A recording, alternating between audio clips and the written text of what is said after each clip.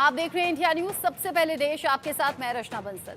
कारगिल जंग को लेकर पाकिस्तानी सेना का बयान जो सामने आया है, उसने 25 साल पहले जो सवाल उठ रहे थे उन्हें एक बार फिर से ताजा कर दिया है। और ये पहली बार है जब पाकिस्तानी आर्मी चीफ ने ये कबूलनामा सामने रखा है कि हाँ, कारगिल युद्ध में पाकिस्तानी सेना शामिल थी। कारगिल जंग में हमारे सैनिक मारे गए, यासिन मुनीर कहते हुए नजर आए। रक्षा दिवस था ये, जिस मौके पर बोल रहे थे। और 25 साल बाद पाकिस्तानी आर्मी चीफ ने सच कबूल लिया है। इससे पहले अलग अलग तरह के बयान सामने आते रहे, अलग अलग तरीके से मामले को घुमाने की कोशिश होती रही, लेकिन पूरे 25 साल बाद अब पाकिस्तानी आर्मी चीफ की तरफ से इस बात को कबूल किया गया और ये बताया गया कि कैसे जो भारत के साथ अलग अलग वक्त पर युद्ध हुए, उन युद्धों में कारगिल युद्ध भी था और हजारों सैनिकों ने बलिदान दिया इस युद्ध के लिए, अपने देश के लिए। ऐसे में सवाल बहुत से उठ रहे हैं। इन सवालों को लेकर अब चर्चा चारों तरफ है। चर्चा पाकिस्तान के दोगले चेहरे को लेकर भी है। चर्चा इस बात को लेकर भी है कि पाकिस्तान लगातार जो झूठ बोलता रहा, गुमराह करता रहा और कभी भी इस बात को कबूल नहीं किया। अब सीधे सीधे 25 साल बाद कारगिल युद्ध पर पाकिस्तान ने पहली बार ये कबूलनामा रखा है सामने और ये बताया है कि ये साजिश पाकिस्तानी आर्मी की थी। यानी कारगिल युद्ध जो हुआ उसमें पाकिस्तानी आर्मी का सीधे सीधे हाथ था और उस युद्ध में कैसे हजारों सैनिकों ने अपना बलिदान दिया, इस बात का जिक्र आसिम मुनीर करते हुए नजर आए। पाकिस्तानी आर्मी चीफ बोलते हुए नजर आए, एक बार सुनिए। कुव्वतों और दुश्मनों का डट कर मुकाबला किया। यकीनन पाकिस्तानी कौम एक जर्री और बहादुर कौम है जो आज़ादी की अहमियत को निभाना और इसकी कीमत चुकाना अहसन तरीके से जानती है। 1948, 1965, 1971 या कारगिल की पाक बहारत जंगें हों या सियाचिन का महाज, हज़ारों शहदा वतन की सलामती और हुर्मत की खातिर कुर्बान हुए। दहशतगर्दी के खिलाफ तवील और सब्र आज़मा गैर रवायती जंग में कुर्बानियों का सिलसिला आज भी जारी है। पाकिस्तानी आर्मी चीफ आसिम मुनीर को आपने सुना। इस पर बात करेंगे, मेरे सहयोगी मेरे साथ में जुड़ गए हैं न्यूज रूम से लाइव, दानिश रजवी। दानिश, 25 साल बाद पाकिस्तानी आर्मी चीफ ये कबूल कर रहे हैं कि हाँ, कारगिल युद्ध में प्रत्यक्ष तौर पर पाकिस्तानी सेना थी। हजारों सैनिकों के बलिदान का जिक्र कर दिया, लेकिन साथ ही साथ ये कबूलनामा भी कि कारगिल युद्ध में पाकिस्तानी सेना का हाथ था।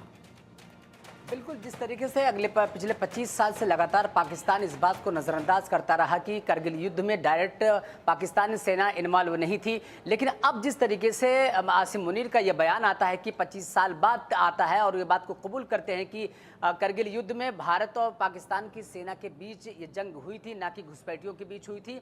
और इससे पहले जिस तरीके से लगातार हर बात को नज़रअंदाज करता रहा और नज़रअंदाज करने की हो सकता है कि कई वजह रही होंगी अपने सेनाओं के मनोबल को बढ़ाने के लिए, जनता में, आवाम में जो एक भय था उसको हटाने के लिए। और दूसरी बात यह है कि इससे पहले भी पाकिस्तान के जनरल परवेज मुशर्रफ ने भी अपनी किताब में इस बात का खुलासा किया था कि हाँ, पाकिस्तान सेना ने जंग लड़ी थी, लेकिन वो पद पर रहते हुए नहीं, जब पद से बाहर रहते हुए उन्होंने इस बात का जिक्र अपनी किताब में किया था। लेकिन पद पर रहते हुए पहली बार पाकिस्तान की तरफ से किसी जनरल ने यह बयान दिया है कि पाकिस्तान से भारत का जो जंग कारगिल हुई थी वो डायरेक्ट सेना के बीच हुई थी, ना कि घुसपैठियों के बीच हुई थी। और उसके पीछे की अब कई वजह सामने आ रही है। वजह जैसे कि पाकिस्तान जिस तरह से उथल पुथल मची हुई है, पाकिस्तान जिस तरह की अंदरूनी कला से जूझ रहा है, बाहरी कला से जिस तरीके से अपने पड़ोसी मुल्कों से इस वक्त निशाना बन रहा है, चाहे अफगानिस्तान की सीमा हो, चाहे ईरान की सीमा हो, चाहे भारत के आसपास भारत से उसका जो कटुता रही हो, इन सारे पहलुओं पर गौर करते हुए जिस तरीके से वो लगातार घिरता जा रहा है, उसको लेकर अब आसिम मुनीर का ये बयान ऐसे वक्त में आना कई सारे सवालों के बीच ये सवाल एक सबसे बड़ा सवाल खड़ा करता है कि क्या पाकिस्तान में सब कुछ ठीक नहीं चल रहा है, जिसकी वजह से इस तरह का बयान देना वाकई एक हैरत वाला है, जो कि सच्चाई थी जिसको बार बार पाकिस्तान छुपा रहा था और झुठला रहा था और बार बार नज़रअंदाज कर रहा था कि ऐसा कुछ नहीं हुआ था, ये घुसपैठिए थे, कश्मीरी मुजाहिदीन कहता था। लेकिन अब ऐसे वक्त में बयान आना एक चौंकाने वाला बयान है। चौंकाने वाला ये बयान है और इस चौंकाने वाले बयान पर आगे अपने मेहमानों के साथ भी बात करेंगे। दानिश, बहुत शुक्रिया आपका। दानिश बता रहे हैं कि 25 साल बाद ही सही कबूलनामा सामने आया। अब तक घुसपैठियों का जिक्र होता था, स्थानीय लोगों का जिक्र होता था, और अब जब भारत और पाकिस्तान के युद्धों का जिक्र किया तो आसिम मुनीर ने साफ कर दिया कि कैसे पाकिस्तानी सेना और हजारों लोगों ने अपने मुल्क के लिए, उसकी लड़ाई के लिए अपनी जान दी। अब तक करगिल पर पाकिस्तान का क्या स्टैंड था, ये आप जानिए। करगिल युद्ध को घुसपैठियों का हमला अब तक बताया गया, सीधे तौर पर, प्रत्यक्ष तौर पर पाकिस्तानी सेना का हाथ इसमें नहीं बताया गया था। कारगिल में आर्मी के शामिल होने से लगातार पाकिस्तान इनकार करता रहा। पाकिस्तानी जवानों के शव लेने तक से इनकार कर दिया था पाकिस्तान ने। सिर्फ 5 पाकिस्तानी जवानों के शव वापस लिए गए थे, क्योंकि ये लॉजिक दिया गया था पाकिस्तान की तरफ से कि ये पाकिस्तानी सैनिक नहीं है, बल्कि ये स्थानीय है या घुसपैठिए हो सकते हैं। पाक आर्मी को घुसपैठिया आखिर क्यों बताया गया, इसके पीछे की वजह क्या है, अब ये भी जान लीजिए। हारने के बाद पाकिस्तानी आर्मी की बेइज्जती ना हो, इसलिए भी ये एक लॉजिक यहाँ रखा गया होगा, जिम्मेदारी से बच सके और नुकसान अपना कम दिखा सके। यानी कि सिर्फ 5 सैनिक, उन सभी में से सिर्फ 5 सैनिक बताकर उनके शव वापस लिए गए थे। बाकी के शव लेने से भी पाकिस्तान ने इनकार कर दिया था। और ये वजह अब रह रहकर सामने आ रही है कि आखिर ऐसा क्यों किया, तो उसको लेकर अलग लॉजिक भी दिया जा रहा है कि अपनी बेइज्जती से बचने के लिए या फिर इज्जत गंवाने के डर से पाकिस्तान की तरफ से झूठ बोला गया। कारगिल जंग पर पाकिस्तान का कबूलनामा अब 25 साल बाद सामने आया है। पाकिस्तान ने 25 साल बाद कारगिल में साजिश रचने की बात मानी है, कबूल की है। पाकिस्तानी सेना ने कारगिल जंग में अपनी भूमिका स्वीकार कर ली है। पाकिस्तान का अब तक का ये सबसे बड़ा दावा है। कारगिल जंग कश्मीर के मुजाहिदों ने छेड़ी थी। कारगिल जंग में पाकिस्तान की कोई भूमिका नहीं थी, ये अब तक पाकिस्तान कहता रहा। कारगिल जंग 3 मई से 26 जुलाई 1999 तक चली थी।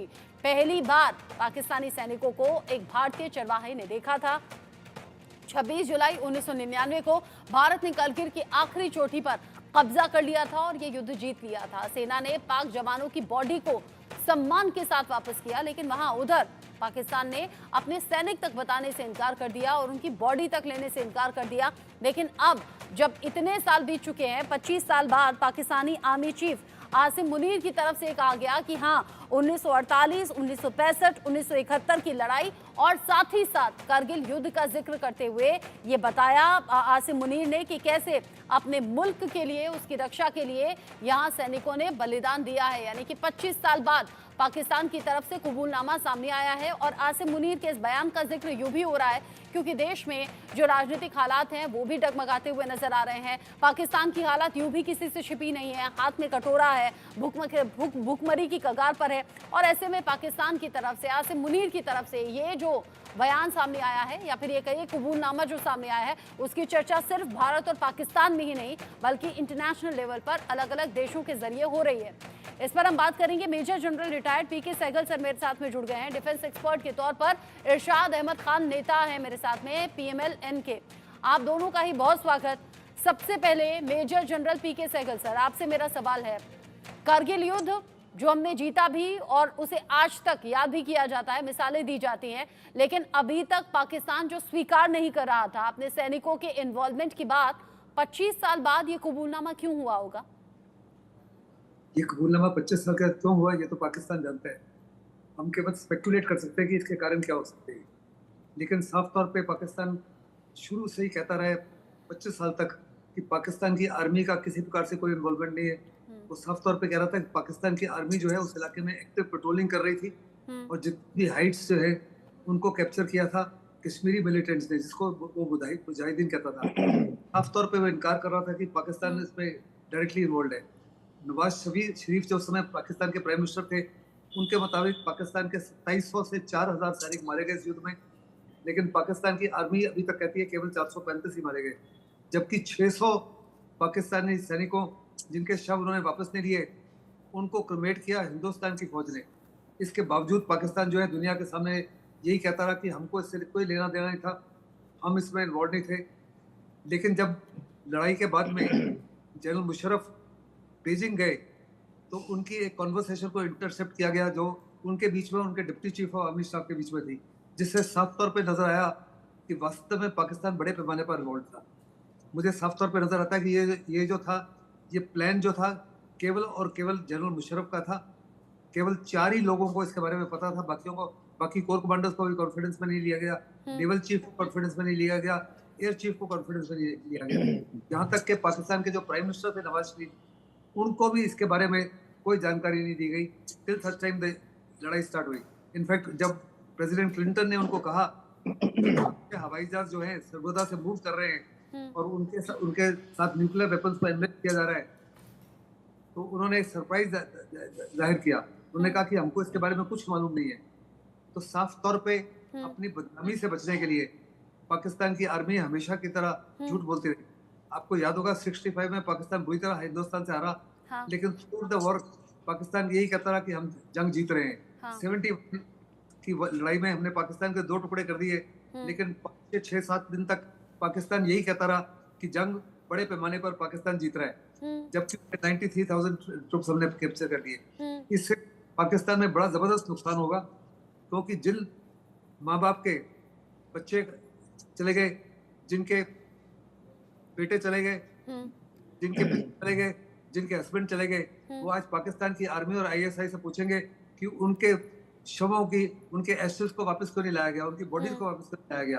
पाकिस्तान आर्मी क्या जवाब देगी ये तो समय लेकिन बताएगा। बात ये है कि जब साफ तौर पर मुकरते रहे और 1-2 नहीं बल्कि 25 साल तक मुकरते रहे या इस पर झूठ बोलते रहे, झूठी कहानी बनाते रहे, तो 25 साल बाद ये कबूलनामा क्यों?